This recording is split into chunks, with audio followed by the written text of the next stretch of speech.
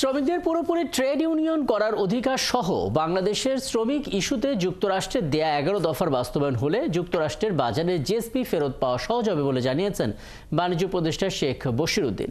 সকালে সচিবালয়ে যুক্তরাষ্ট্রের পররাষ্ট্র দপ্তরের আন্তর্জাতিক শ্রম বিষয়ক বিশেষ প্রতিনিধি কেলি এম ফে রদ্রিগেজের নেতৃত্বে প্রতিনিধি দলের সঙ্গে সাক্ষাৎ শেষে একথা জানান বাণিজ্য উপদেষ্টা। শ্রম অধিকারকে আরও যুগোপযোগী করতে এবং 11 দফা অধিকার কর্মসূচি বাস্তবায়নের প্রতিনিধি দলের সঙ্গে আলোচনা হয়েছে বলে জানান তিনি। এছাড়া জিএসপি ফেরত পেতে শ্রমিকদের অধিকার নিশ্চিত করার বিষয়ে আলোচনা করা হয় বৈঠকে। একই সঙ্গে যুক্তরাষ্ট্রের বাজারে বাংলাদেশের পোশাক শিল্পের সহজ প্রবেশাধিকার নিয়েও আলোচনা হয় বলে জানান বাণিজ্য উপদেষ্টা।